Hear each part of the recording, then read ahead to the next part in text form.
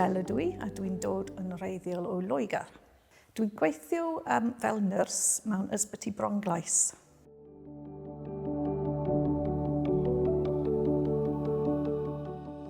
Wel, mae lot o resymau.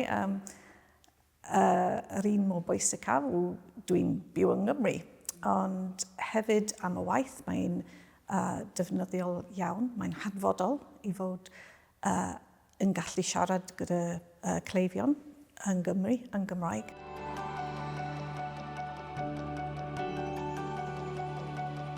Dwi'n gweithio gyda hein bobl ac mae rhan fwyaf ohonyn nhw yn cael dementia, so mae yn y sefyllfa hon mae'n bwysig iawn i siarad Cymraeg gyda pobl sy'n efallai yn dryslyd.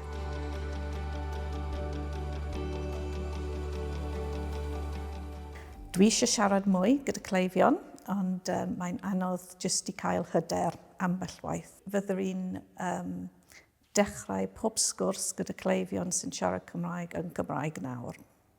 Fi'n penderfynol.